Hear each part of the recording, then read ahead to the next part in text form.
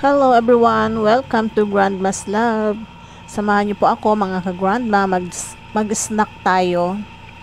At ang aking snack ay samyang noodles and tteokbokki rice with seaweed. Pasensya na po, voice over lang po tayo gawa ng maiingay po ang aking mga apo.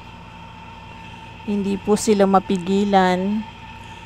Kaya po voice over lang po tayo ngayon.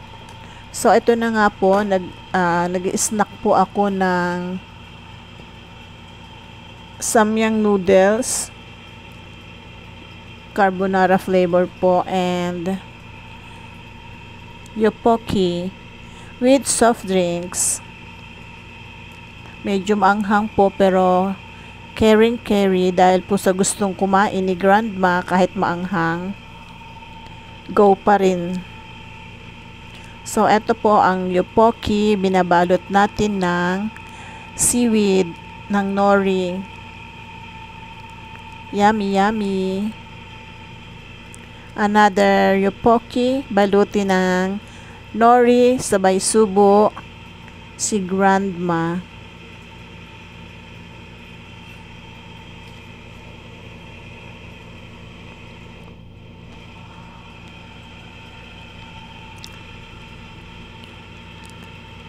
Ayun ang aking apo dumaan. O diba? Balik-balik po 'yan.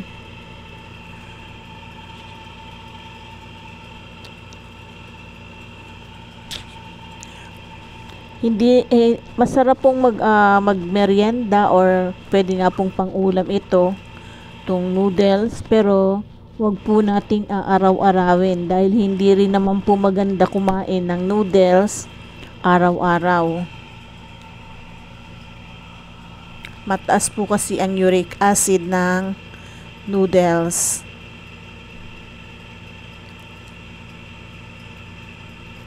At least once a week lang po.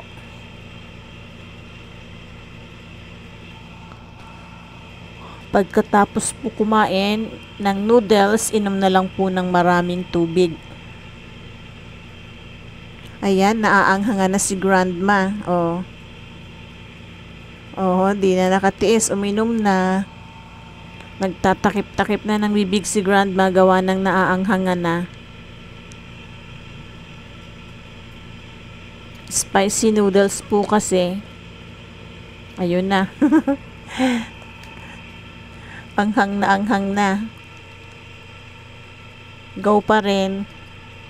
So sana po nagustuhan nyo ang video na to, at kung nagustuhan nyo po, huwag kalimutang mag-like, share, comment, and subscribe. Marami pong salamat sa inyong panunood, sa pagsama sa aking afternoon snack dahil hapon po ngayon. So afternoon snack. So yun lamang po mga ka-grandma. Thank you for watching. Bye. God bless everyone.